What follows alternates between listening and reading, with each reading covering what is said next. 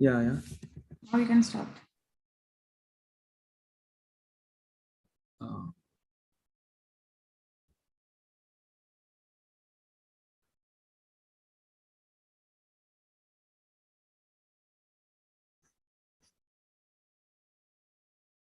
okay. What are you seeing right now? Are you seeing anything? No, sir, you can start. Are you seeing my screen? No, sir.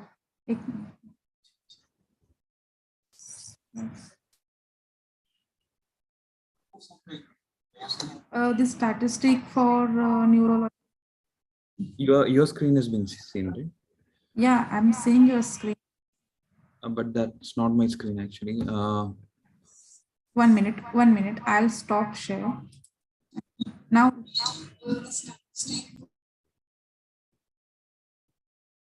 I think they are asking me to. I just updated my Zoom, so they are asking me to check my system preferences.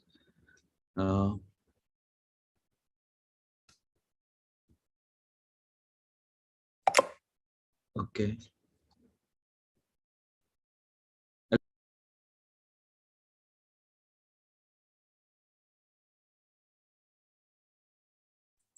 so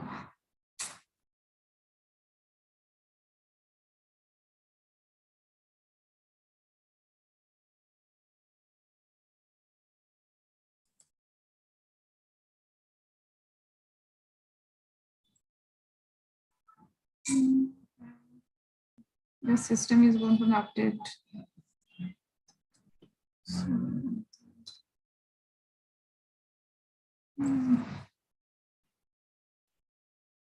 So close this window, sir. Now it's easy. The system is going to update.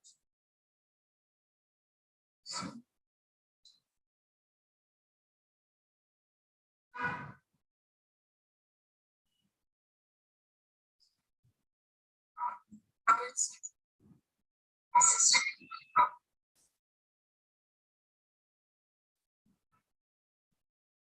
Yeah, now it's easy.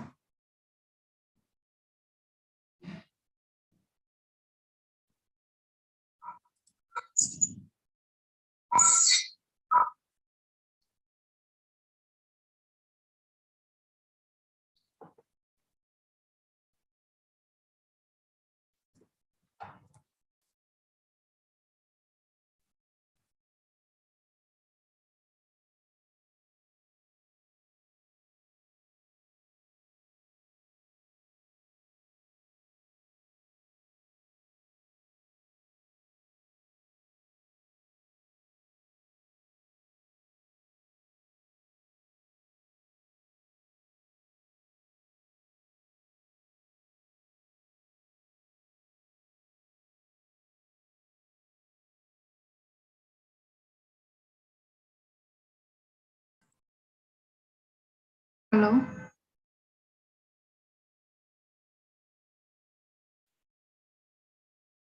Hello.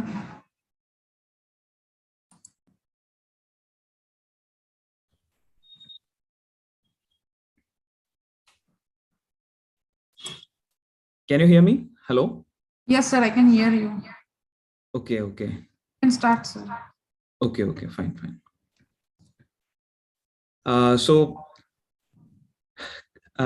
Good evening, everyone. Welcome to the yet another episode of 5 Neurophilia series. So we are with, after a bit of a lag, that is after the 2021 NEET SS exam. So we are planning to restart our journey towards the 2022 NEET SS as well as the NESS exam. So we'll just deal with the parts which we have left out during our preparation in the last 2 years. That is, we have completed almost 31 modules of neurology, which completes almost 80% of neurology. And the left out parts will be discussed in the upcoming modules.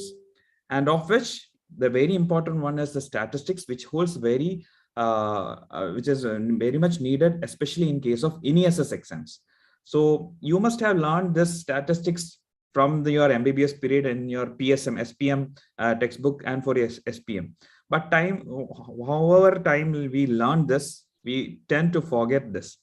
So that is the very important thing. So since they are being repeatedly asked in this NESS, you have to have a strong grip over this statistics part. So let's learn it in a fun way rather than thinking that it is max and getting like it's a boring subject. It's a bit of a boring subject, but you need to have a grasp of the subject. So this is about fine neurophilia, how much modules are there in the YouTube. I'm sorry that it's not organized. We'll try to organize it for your convenience sooner. So try to find this headings, search in the YouTube and get the modules and try to learn most of the part yourself. This is not spoon feeding, so you will have to learn your textbook and then see the modules. And so the modules were very useful based on the results and the testimonials as given by the those who have returned the entrance and secured top ranks and are in the colleges and yet to join the colleges. So you can follow me. So the timeline of this would be a bit tightly packed. So be careful with that because you have to have a high concentration to be in grasp of this biostatistics. So usually you must have thought that biostatistics is more of sensitivity, specificity, positive predictive value, negative predictive value, etc., which is the usual thing which comes to your for your exams. That is the most exciting part from this boring subject of statistics. So I would like to say that there are much other things to biostatistics which may not be that much interesting for us. We tend to focus on these parts which I have already told to us. But the problem is that nowadays they are asking questions from the parts which are kind of not looked upon, maybe overlooked. So just think statistics, how you would have done your MD thesis. So how an MD thesis is done, that is the basics of statistics, and we'll go by that order. So when the statistics is done, we target a population and take a sample from that population. So that population is actually your entire group of individual where we want the information, and sample can be taken based on the sample designs. So you must have known various sampling techniques by now. You must have heard during your MBBS and further. So first question I want you to know is regarding this thing. I'm unable to launch the poll. I'll launch the poll. Can you answer this question for me? So there are two types of sampling. There is a random sampling. If you take the samples in a random fashion, there is chance that there will be even spread of samples, and there is less of error or bias in case of samples we are taking. But if you have some bias, then there is a probability that we won't be able to get the right amount of differentiation between the samples. So that is why we divide the sampling as random sampling or probability sampling and non-random sampling or non-probability sampling. So these are the two types of sampling. So in further slides, I will discuss what it is. So which of the following is a probability or a random sampling method except? So this is an except question you have to answer. Yes, some have doubt what is cluster. So they are answering as cluster, and some have answered as multi-stage. Since the first option has simple random sampling, we are sure that it is actually a type of random sampling. So we have mixed answer. The answer is actually snowballing. Before coming to the answer, just try to answer this one also. That is regarding a non-probability sampling. So this is the another type of sampling where we don't try to randomize things. We just take samples based on our convenience, based on our judgment, sometimes based on quota or some purpose to get a purpose. We do this kind of sampling. So there is a hidden agenda behind getting such samples. So our part when we do a study, we try to avoid these kind of base, and we rely on this probability sampling or random sampling methods rather than the non-probability or the non-random sampling methods. So these snowballing, convenience sampling, and purposive samplings are actually non-probability sampling methods, and stratified one is actually a random sampling method. So that is the answer, stratified. So what is this sampling method? So as told, random sampling as well as non-random. In this, simply we pick up samples, people from the population is called random sampling. And if you systematically take, for example, every fifth person from a population, then that is called systematic. We arrange the population in a particular order, then take the fifth person, that is systematic. Stratified means we divide based on the strata, then take a sample. And one more thing is cluster. Cluster sampling is a cluster we take and then sample from it. That's cluster sampling. The name itself suggests the types. And the non-sampling methods, just you need to know all these names, because these are the probable questions which could come. Sampling methods or techniques and the types, just know this. And one in the question I had given was multi-stage sampling. So this is actually a non-sampling technique. So based on our convenience judgment, or based on our quota, or maybe a particular intuition, or based on our this thing, we have something in our mind and we try to focus and take a sample. So there is no randomization. So that is called quota sampling. And then snowball sampling comes. So snowball and this thing we'll see. So this multi-stage sampling is also another random sampling method. In this, what we see is that it is a random sampling method. So multi, the word itself shows that it is actually a large sample.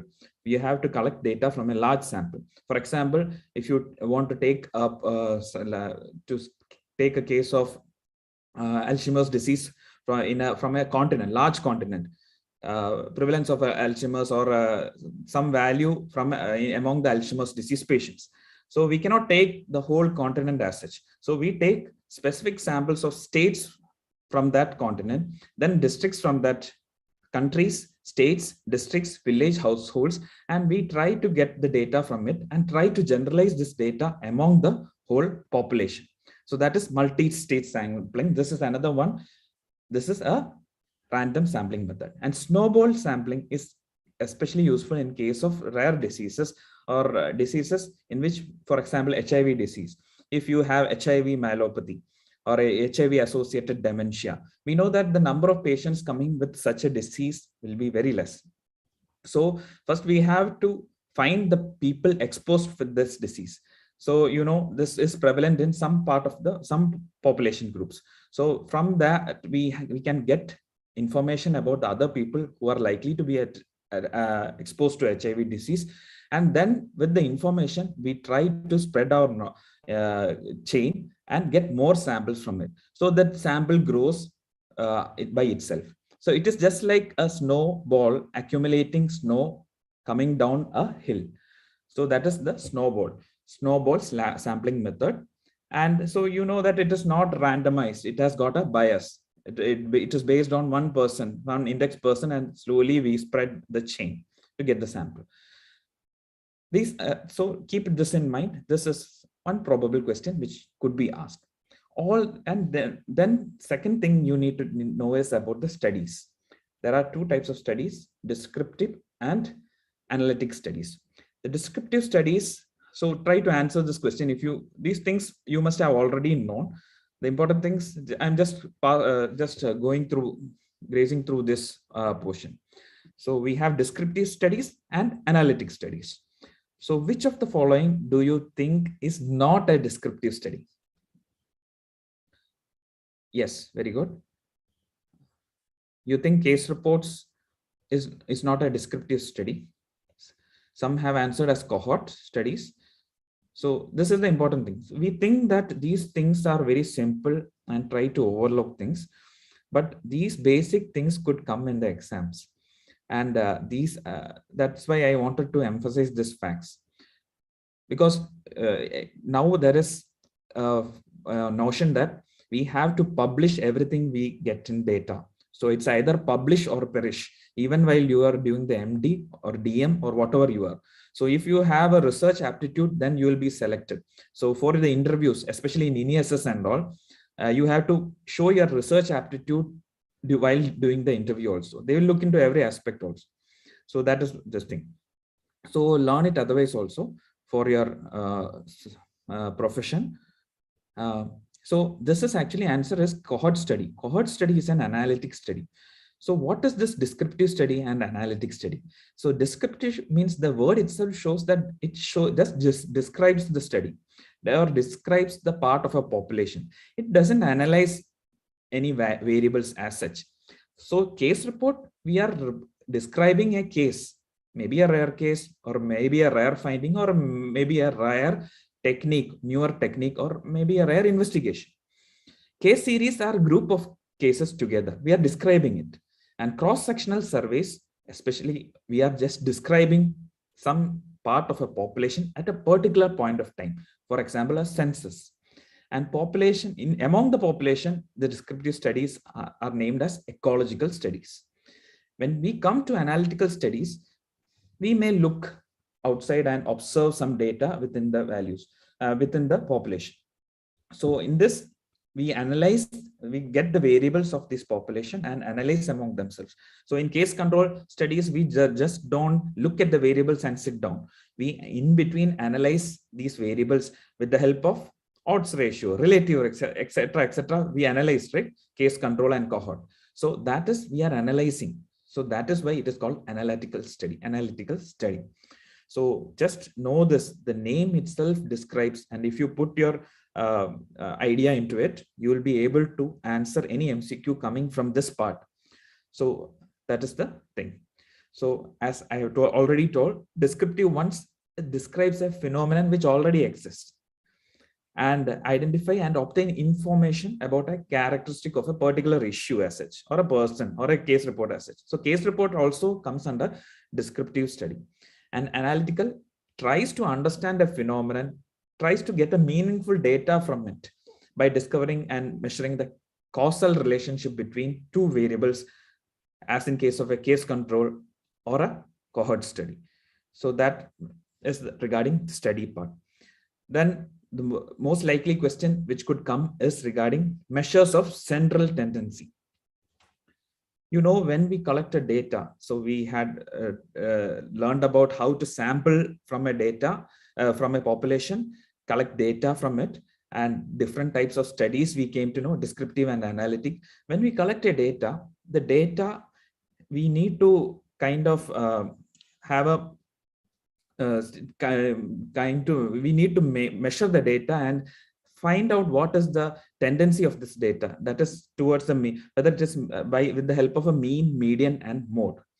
So you must have heard all this, so I won't go into this theory part of definition of mean, definition of median, definition of mode and all, but I'll tell you, the mean is just the common thing, average, what is called average, and median is just discussed. So try to answer this question from your knowledge you already have. What do you think? So CSF opening pressure of 12 patients who came with idiopathic intracranial hypertension is given below. So 12 patients values are given here. I don't, even if you don't calculate, it's fine. So the three values, what is the mean pressure of this group? So if you have a paper and pencil, it's good. That exercise of calculating values, so you will be able to answer this question. So yes, anybody with the answer?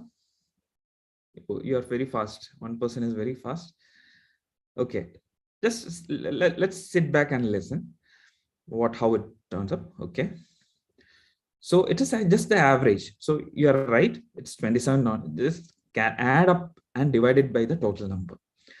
And then comes the same question. If I say, what is the mode value of this group? If I ask you, what is the mode value of this group? What do I mean? So just answer. Just quickly go through. These are just less important things, but you need to brush up your memory, what you learned previously. Yes. Exactly. So 25 is the mode value. So what is the mode value? Mode is the most recurring value. The most recurring value. So if you arrange, so any value if you get, so even questions like this could come where you will be giving multiple values. Don't hesitate to arrange these values. Take time, just arrange these values and try to see. Mode won't come for you, but if it comes, it is just like this. So don't confuse between this 26 and 25. So 25 is the most recurring value. So most frequently seen value is seen as mode. But you in medical data, we usually don't use mode as a method of finding the central tendency. What is the tendency of the sample? But we use what is called the median mostly. So what is the median of this data? Just try to answer. So same question, median. So we have 12 values here. So what is the, so again, the same thing we have to follow. I know you need time to calculate all these things. So 12 values are there. So since 12 values are there, yes, very good. So it is an even number. So in that case, the median would be the 12 by 2, 6th plus 7th observation by 2. So, you know, to get the 6th and the 7th observation, you have to arrange this in order. Then only we will be able to get the 6th and the 7th value. So if you arrange in order, we will get to know that it is 26 and 27, which forms the 6th. So no, I guess till 20, again, it's just 26, I guess, right? So it's 24, 25, yeah, 26 plus 27 by 2. So 26.5 will be the median in this case. So this is the most. So when in measures of central tendency, you have to know one thing. In such a case, we need to know that that will be applicable only in a case when we take the samples and find that these are normally distributed. So what is meant by normal distribution is that these are arranged in kind of a bell-shaped or a Gaussian distribution. So these are the characteristic of a normal distribution where the mean, median, and mode will be equal, and it would be bell-shaped. And all the statistical data we are doing is actually making an inference that whatever data we collected are arranged in a perfect order in case of like a normal distribution.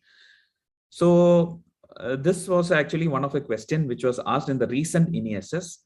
So don't think that these kind of questions won't be asked. So these are also needed. So apart from a normal, so any data we take, we expect it to be normally distributed, but we find that it is not so.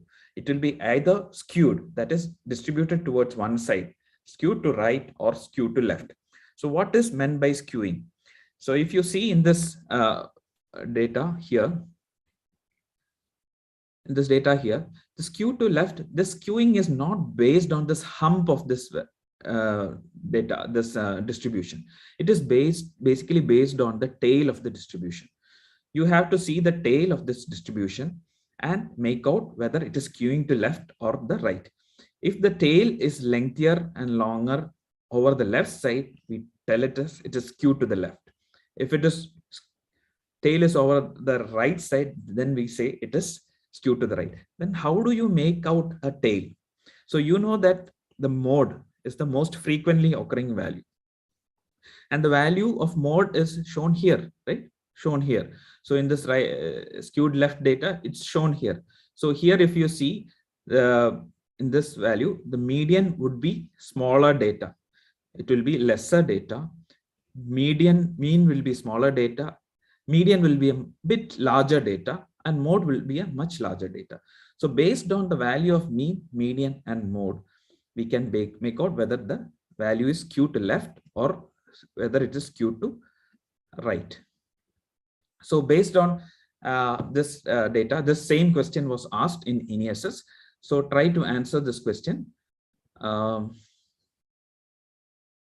Question number 7. What do you think is the distribution? The values. So always try to remember as mean, median, and mode. Don't change that order. Mean, median, mode. Remember like that. Mean, median, and mode. So you have learned it as mean, median, and mode. So this simple things, if you make mistake, you will lose lots of marks. If you remember, right, if you had followed my group, I have put the recall for the same. So you must have seen that the same question was asked previously. So I have just given you a clue also, right?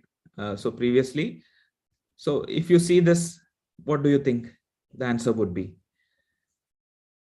You can see the mean is the smallest one. So mean was over this side, and then came the median. So mean less than, mean was less than median.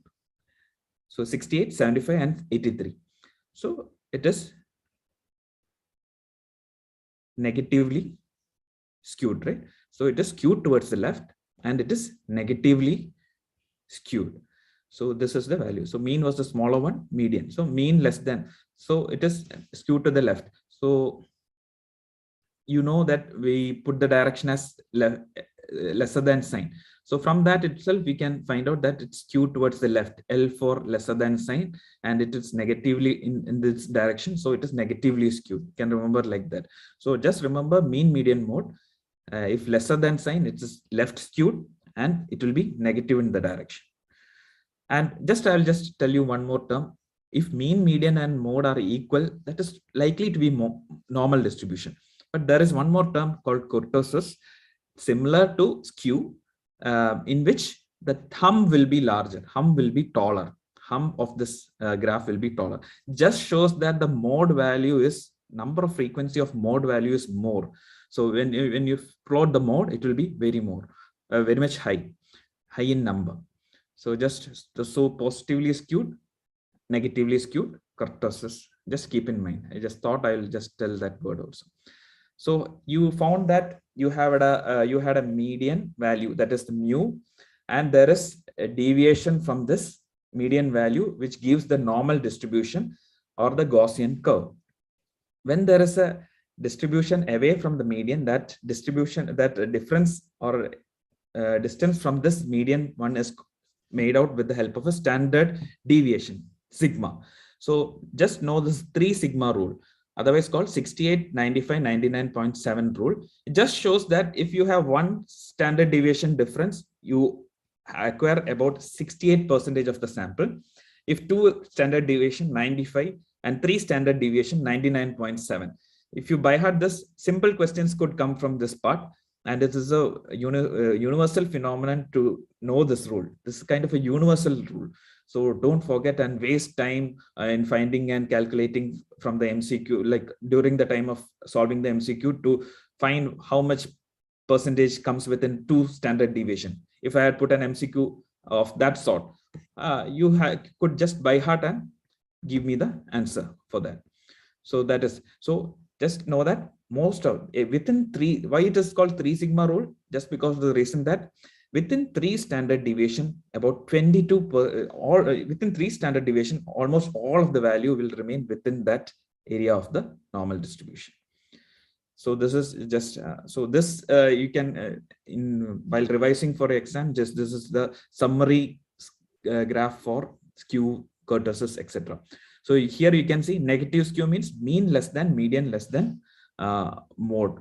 So this less than sign you can remember from this data. So less than is actually left skewed and negative. So what do you, so this is actually theory part which I have taught.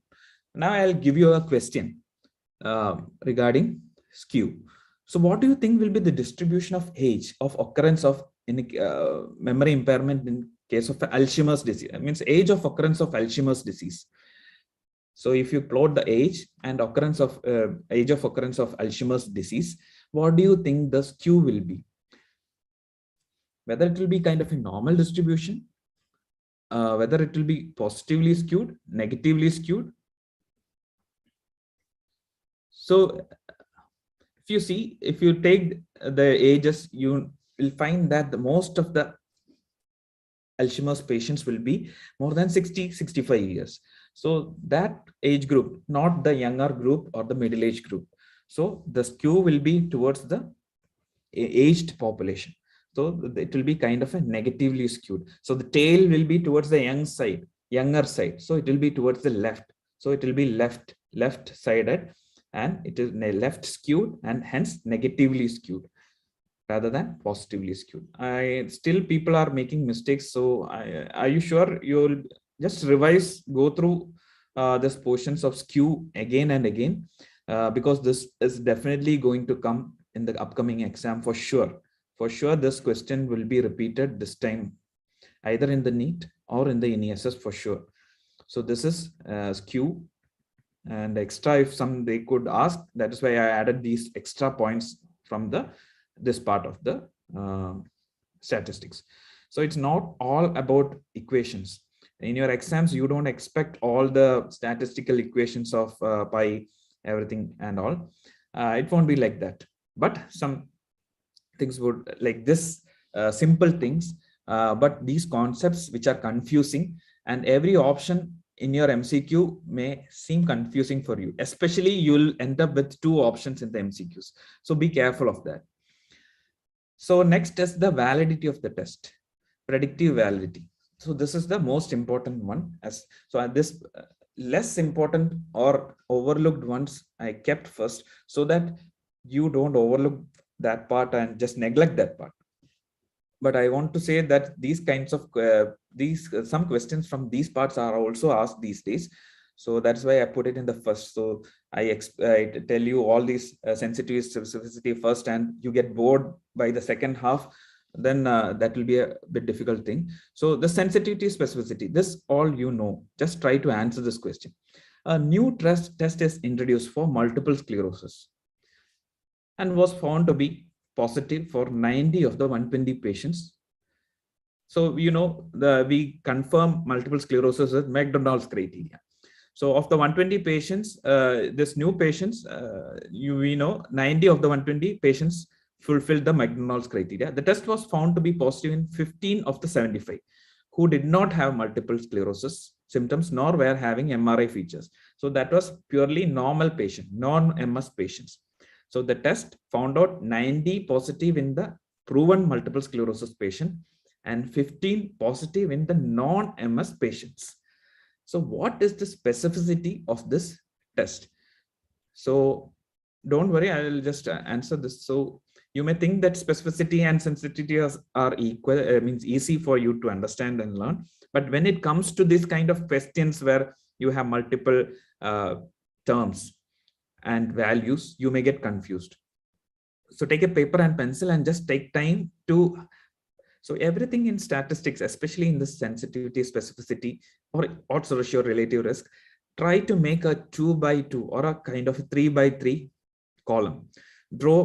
Take time to draw that. Okay. So the options would be whether it's 50, 75, 80, or 85.6. So you have 90 out of 120 and 15 out of 75. How are you going to plot this? So you have 90 out of 20, right? So 120. So while taking a 2 by 2 graph in case of this, so you have 20 patients here, 120 patients. So you have been, the God has given us the disease. The God definitely is sure that there is disease. So God is giving the disease from the top. So that's how I make I remember, that's a mnemonic by me, that we have to keep a gold standard test or a confirmed disease on the top. So the disease positive patients, you keep like this. Disease negative, you keep like this. Humans on the ground or on the earth are trying to test and may find new things with the help of, so they are on the level ground. So it will be like this. So 120 here, we have 90. So we found that 90 patients were positive, found to be positive with the test. And so out of 90, so this will be 30. 120 minus 90 is 30. And if you take, we found that 15 were found to be positive in the negative group. So 15 here, and this would be 75. So here this will be 60. 75 minus 15 equal 60. So we filled all the 3 by 3 tables. So this will be 105. That will the total test positive patients. And this will be 90, the total test negative patient. Total disease patients have been given. So every time you get any problem in statistics, in the first go, try to solve it. If you don't get correct answer, or if you are confused, make sure you come back, take time to solve, because these are short questions where you'll be able to get the full marks.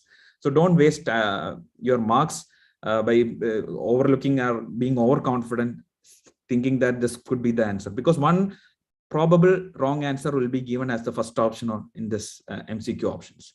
So understand this. So I hope all have got this table. So, but I am getting 3 different answers as MCQs by people. So that is very important. So, so the answer is, so sensitivity. So question was sensitivity, specificity, right? Specificity is actually true negatives by total non-negatives. So the answer is 75, I guess. So I forgot the answer. So if you see here, let's see, find out specificity. So if you are specific in life, what will happen?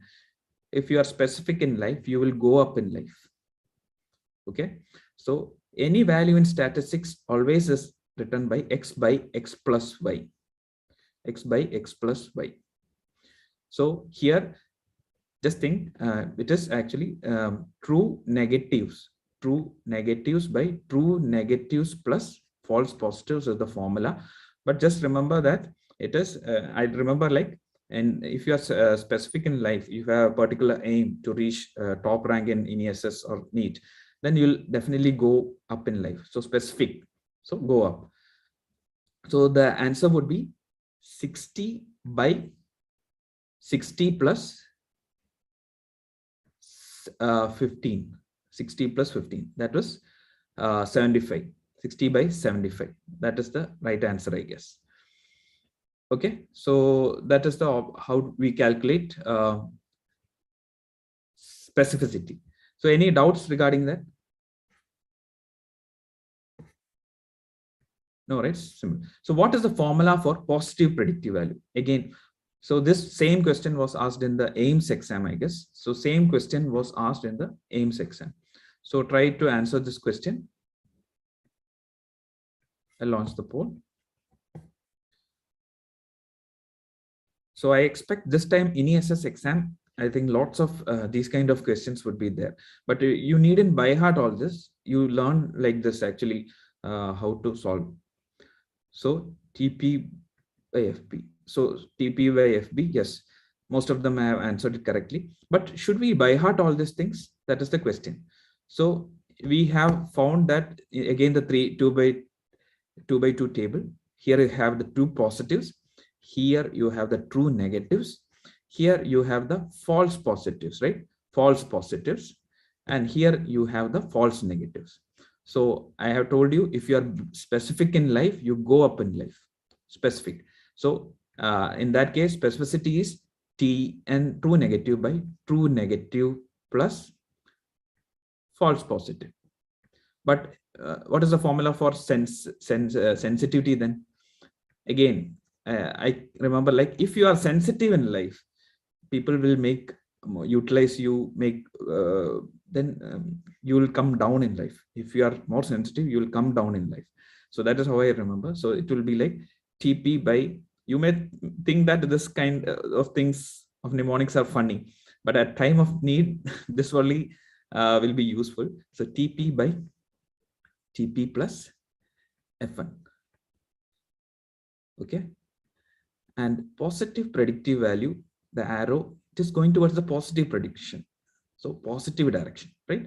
So it will be like this. So it will be TP by TP plus FP. Okay. So these are simple mnemonics which could help you. So this is positive predictive value, PPV. So our question was regarding PPV. We needn't by heart that. Just positive predictive value, arrow is in the positive direction. So any statistic equation, it will be x by x plus y. You just need to know where the arrow goes. So for that, I keep the mnemonic like, but you know that the positive predictive value is the true positives among the total positives. So that also could be a question. Now comes the negative predictive value. So here it is going in the negative direction. So it will be true negative by true negative plus false negative, right? So if you arrange all these values, so this is just a theory question where we are just being asked an equation. But when you get a question with variables in it, just try to put in a 2x2 table and you can solve any of the equations just like this. So this is negative predictive value, which I have written just now. So in short, it is true negatives among the total negative test negatives, total test negatives. So that could be also a question. So that is a simple way to. So again, you know that everything is solved. So you can just cross check everything is right? Any equation is wrong, nothing. So just that funda of knowing where the arrow goes in the x by x plus y equation will help you solve most of the statistic part, what we need actually, the biostatistics part. So TP by TP plus FP. So again, what is the positive predictive value of this test? Same number, 90 out of 120 multiple sclerosis patients were found to be test positive. 75 who didn't have multiple sclerosis, 15 were found to be positive. What is the positive predictive value? So I expect you to draw the table like this, 2x2 table. I won't repeat that table. So you must have got a value, right? Positive predictive value, PPV, right? Okay. So that is regarding sensitivity, specificity, positive predictive value, negative predictive value. Now I'll just put a question. Question number 12. Try to answer this question. Just read the question and answer. So in a population of 1,000 individuals, 200 was found to be having TB. 800 does not have TB. And of this 200 having TB, 160 have been tested positive in a new TB test. So 160 out of 200. Of those who did not have TB, 720 were correctly tested negative. So what is the precision of the test? I will just add one more information to you. The precision of a test is actually equal to positive predictive value. If in a question you are asked the precision of the test, just understand that it is equal to positive predictive value. Okay, so your question is actually to find the positive predictive value. So how will you draw a table of this? So you have 160 true positives. They have given true positives is 160, that is TP. They have actually given the TP value. Then they have given the true negative value, TN value, right? And accordingly, we have 80N. So they are asking for PPV, that is precision, otherwise called positive predictive value. You know the arrow is going towards this side. So it is 160 by 160 plus 80, which is 160 by 240, right? And that is about 67%. That means, what does that mean? 63. Okay, roughly 67% of all individual tested. So it is the true positive among the total test positive. Those are truly diseased among the totally test positive patients. So that is the positive predictive value. So you have found out a test. The test given lots of people as positive, of which true positive will be just 67 or 63.7%. In a population, same question. What is the negative predictive value? So this you can easily find out, right? You can easily find out. Negative predictive value is actually 95% here. Negative predictive value is 95%. So how will you calculate? Based on the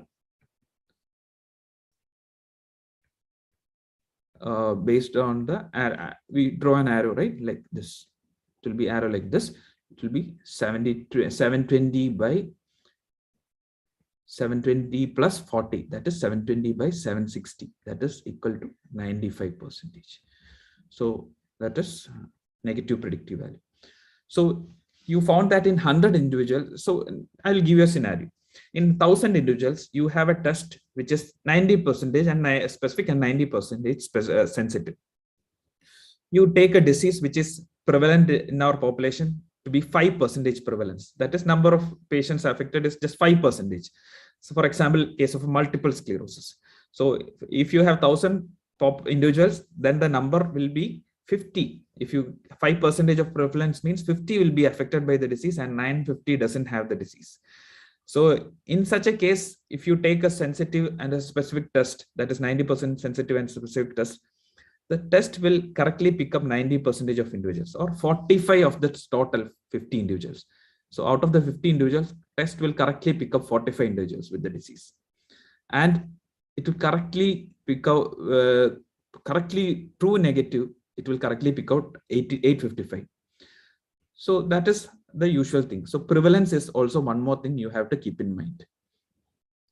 So in case of prevalence of 5%, this works. So what will happen if this prevalence is changed to 20%? So in the same scenario, if the prevalence is changed to 20%, what will happen?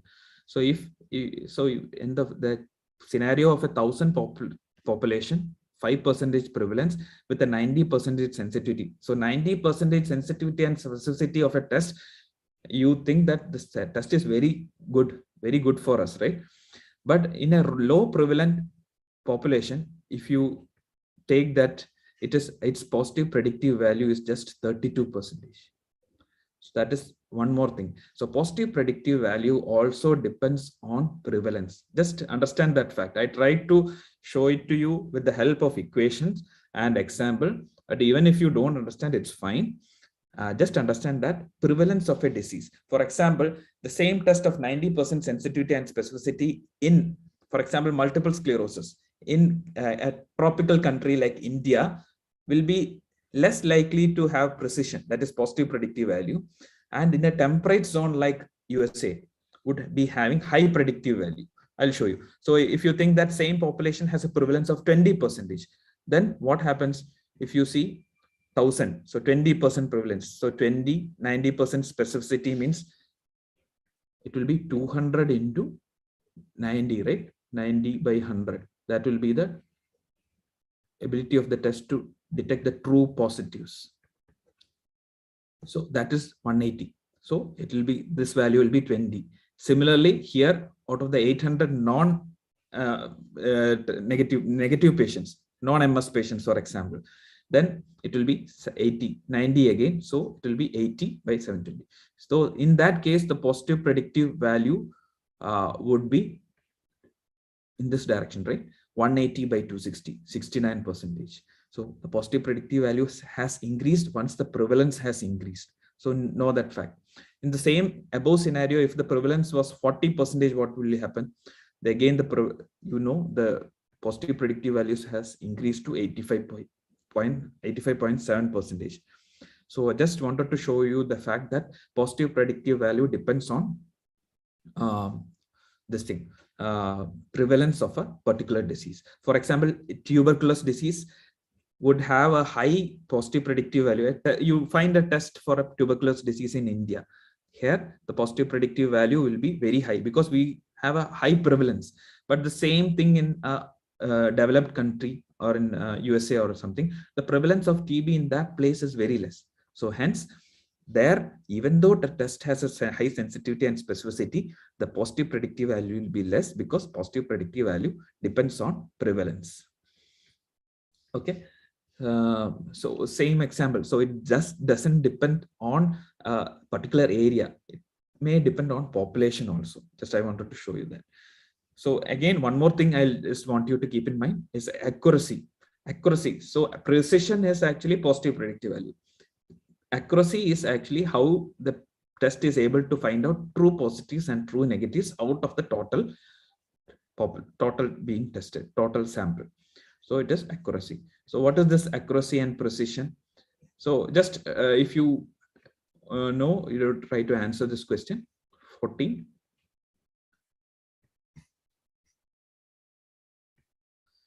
a nerve conduction study machine was newly placed into an electrophysiology lab. So the conduction velocity of right median nerves of 6 normal individuals used to standardize the instrument. So every time we keep a new machine, we try to calibrate the machine by taking the values from the normal population.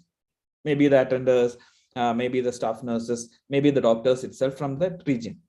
So normal standard value for velocity of median nerve is, as we know, is actually 50 to 60 meter per second. That is the normal value.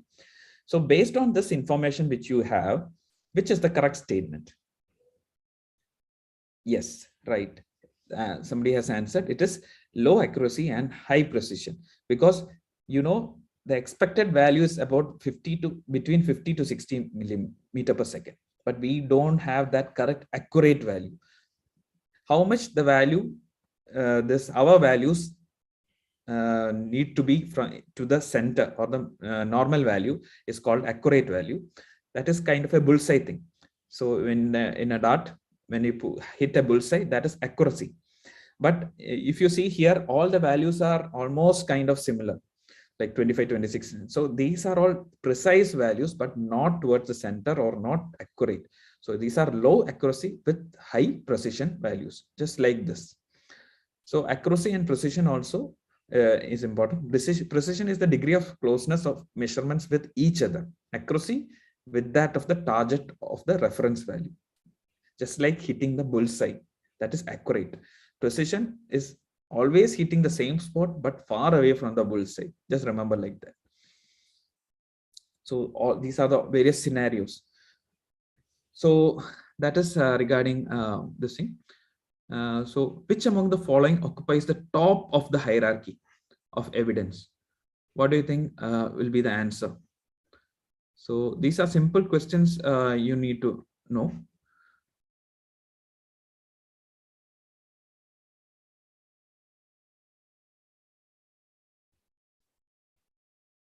Okay, so you're rightly answering. It's actually meta-analysis. But I will tell you what if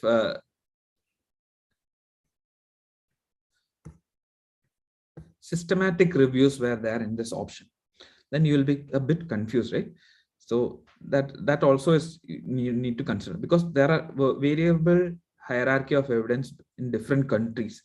But understand that analysis of studies, that is meta-analysis, heads the top part. So especially meta-analysis of randomized controlled trials has the highest level of evidence. But I'll just confuse you. So systematic reviews, the plain systematic reviews as such doesn't hold any ground, because it could be a systematic review of cohort studies, systematic review of case control studies, even systematic review of case reports could be there. If in the question it is written as systematic review of randomized controlled trials, then definitely that will head the hierarchy. Then one more thing about reporting. If you don't report your results accurately in your publications, they won't provide any value to the society. And also all your hard work which you have put in your research, even in your thesis, will go waste. So even just like a pilot, he knows how to drive a plane, but every time he has to look into a checklist. There is a checklist of data which he ticks, then only starts the flight. So they improve so these are called guidelines, reporting guidelines. So they improve the accuracy, completeness, and transparency of reporting. So which of the following is the reporting guideline used for RCT? You may think that these won't be useful for me. These won't come for my NEET NESS or NEET SS, but I have a gut feeling that these kind of questions will be there for this kind of upcoming NESS, at least for NESS, if not for the NEET SS, at least for the NESS. That's why I have put these questions. So just don't overlook this. Every word I'm telling, I feel or think that it will come, because that some basics they are going into recent times, if you look into the recent questions. So the funny part is that all these short forms of reporting guidelines, if you see, they themselves show that what it is representing.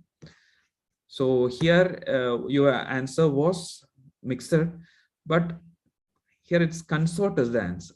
Consort is the answer. Okay, consort.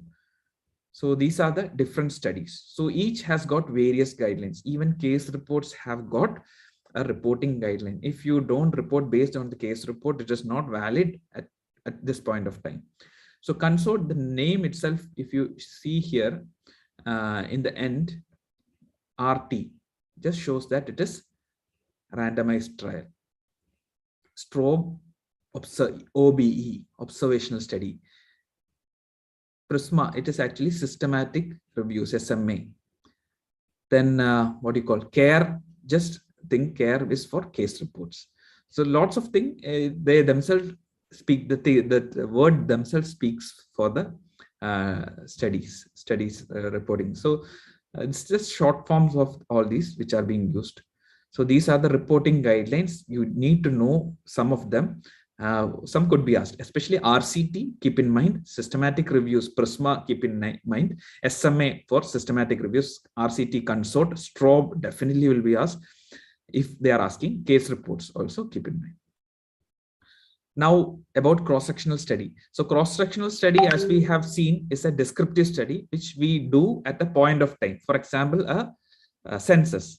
So in that we cannot find much of a data analysis or anything cannot be done. It just looks into the prevalence of the things. So what data we achieve is prevalence, nothing more than that. Then case control study. Once the disease has occurred, we look back based on a case and a control. And cohort study is actually a forward-looking study. So this is actually case control. Then cohort, one question was asked recently, what is a prospective cohort and a retrospective cohort? So case control study is basically used to look at the risk factors. So case control usually is retrospective, cohort is a prospective. So if you see the words here, cohort, O, so it just looks like an eye looking into the future. Just two O's together looking into the future. Just think like that. So that is a prospective study. And case control study, it is like A, right? A here. So if you see, it is case control. They are actually, these two are related. O are related. So here, the value we see is the causal relationship we use is actually relative risk. O and O are relatives. So the term used is relative risk to find the causal relationship between the variables. A and O in case control are not friends or relatives. They are at odds with each other. So that is why we have odds ratio in case of case control study. And if you see, its direction is towards the negative side. Again, case control has A like this towards the negative side. So case control study. It is useful for rare diseases because and this for appropriate for common diseases, but cohort study will be useful for rare exposures. That all, this all theory you can just learn. So just we'll try to solve some questions from this part. You decide to investigate relationship between COVID-19 and anosmia. So question number 19. Okay. COVID-19 and anosmia. 100 patients with anosmia and 100 patients with normal sense of smell are enrolled in the study. Of the 100 individuals with anosmia, 40 had COVID-19. Of the 100 individuals with normal sense of smell, 10 had COVID-19. For this set of data, what is the odds ratio of having COVID-19 if you developed anosmia? So first question in any the thing we have to think in any question would be, what kind of study is this? So here if you see, we needn't think twice because you know that here it is actually here, it is clearly written, it is a odds ratio they are asking. We have seen that in odds ratio is a parameter which we look in case of a case control study, right? So case control study. So answer, how will you come to an answer?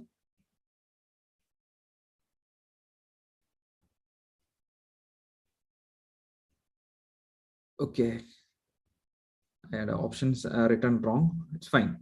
So you have the answer, right? Okay. 6. Actually, answer comes as 6. Odds ratio is AD by BC. So 40 into 90 divided by 60 into 10. So how do you get 40 and 90 and all? You can make up. So here you have 40 and out of 100. So again, the same 2 by 2 table, how to make a 2 by 2 table. So out of the 100 patients, you had 40 to be positive, 100 individual, 40 had COVID-19. So you write 40 here and 100 here. Then 10 out of 90. So that is, so it's pretty clear, I guess. Right? 40 had COVID-19 out of 100. Of the 100 individuals with normal sense of smell, 10 had COVID-19. So this is the one. So calculating odds ratio, it's like AD by BC. So if odds ratio is more than 1, then it is related. Odds ratio negative means it is actually kind of the association is protective. So same thing, I think we needn't repeat. Okay, just try to answer this question. So you can take some time to answer this question. Question number 18.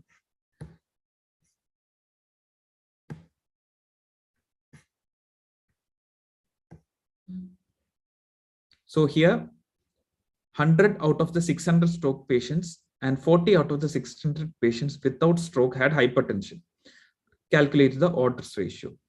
So here out of the 600, 100 had stroke, 500 that is exposure to hypertension. 600 out of 600, 100 had stroke, then 40 out of 600. So 100 out of 600 stroke patients and 40 out of 600 patients without stroke had hypertension. Calculate the odds ratio for association between hypertension and stroke. So arrange this thing like this. So again, AD by BC, the answer is 2.8. So it's pretty clear, simple AD by BC that cross, it is actually a cross product thing. So same thing you can do, I think that will be all. So apart from this, relative risk you have to calculate. Relative risk, it's different. So just try to see the study, relative risk. Try to answer this question based on relative risk. Question number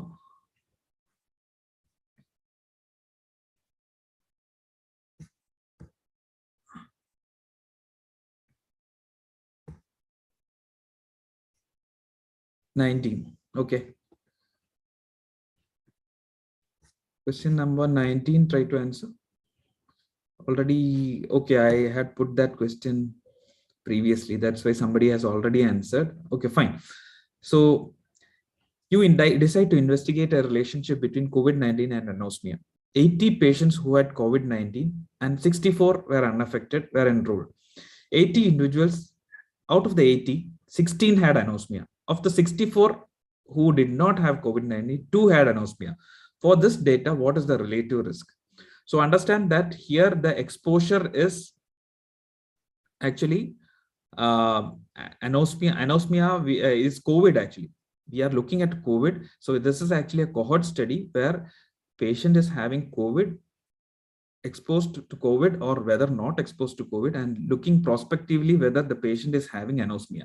So this is a kind of a prospective cohort study which we are looking in. That is why we have, so here we have COVID here and anosmia here. So if you see here, the arrangement of data would be like this, 16 out of 64. So here relative risk, how we calculate is based on the formula different from that of odds ratio. It is A by A plus B. So if you put this thing here, it will be incidence among exposed, that is 16 by 16 plus 64. So here it is, incidence among exposed would be 16 by 16 plus 64, that is totally 80. Then incidence among non-exposed, that is 2 by 2 plus 62. So that value would be roughly about 6.4. So then I think last question would be regarding number needed to treat. The same question was asked in last year exam. So if you are given two values, so when you have a treatment, so for example, in case of the stroke, you know, we are treating the patient medically. So in this medical patients treated, we have a risk of 26%. And when we treat the patient with endarterectomy, that is a surgical procedure, the risk is 9%. So risk is reduced. So, and they have themselves given the absolute risk reduction as 26 minus 9, that is 70. So in this case, how will you calculate the number needed to treat? So since this much of data is given, there is no confusion or difficulty in finding the answer. But if not, then you will have to find the answer by yourself. So here the value will be actually 1 by number needed to treat. So this is 1 by 17. 1 by 17 into 100, 17%, right? 1 by 17 into 100, which will be equal to roughly 6. So number needed to treat is calculated by this thing. So I think same thing you have to calculate for number needed to harm. I think this is totally exhaustive. Anyway, another session cannot be kept for this. I think you just got the idea what all questions could come. Prevalence. So this question is regarding prevalence. Doing survey about 400 reported patients with refractory error, and another got added. 800 were identified later during the survey. So what is the prevalence? You know, prevalence equals prevalence is actually calculated by the total number, right? So it is actually 800 plus 400 by the total number of population. So that is a simple thing which we need to know. And these are a few questions I just kept. So how will you calculate, how to differentiate if a question is given and asked you how, whether it is a cross-sectional study, cohort study, or case control, that also you have to keep in mind. So this is based on a researcher. So it's a prospective study. Researcher is following up a group of workers in an aniline dye industry for 20 years to assess development of skin cancer. So he hasn't, he is not looking for a patients already having skin cancer, but in a particular industry, waiting for the patient to get skin cancer or looking whether he's able, the patients are exposed, people are going to get skin cancer. So definitely, you know, it's looking forward study. So the answer is actually a cohort study. Relative risk. The same thing, incidence among this thing, you know, so incidence among exposed is if relative risk is equal to 1, less than 1, more than 1, is same as odds ratio. So which I have discussed earlier. These are all theory part. Just wanted to make sure that you don't miss out on these parts while reading statistics. Overlook these parts. Which among the following is an advantage of cohort study? So I have given a table of cohort versus case control. Just go through it. So case control is actually useful to find out the incidence of incidence can be calculated in case of this case control study. So that's all for now. So I think basically what could be asked in the entrance exams have been covered in this. And just read through this alpha error, beta error, that part. And don't spend time on high stuffs like Wilkinson rank test and all, that test of significance or that kind of things. That won't be asked. Any doubts, you can message me in my WhatsApp or in my Telegram number. So I think it's almost time. So we'll wind up the session. So this was just a brief thing about statistics, which could be asked in your neurology exam, nothing more of it. It's not a spoon feeding, just to for you to get an idea. Those who are new, planning to prepare for NEET SS for the upcoming year, to get an idea about the statistics part of neurology. Okay then I will call it a day. Thank you.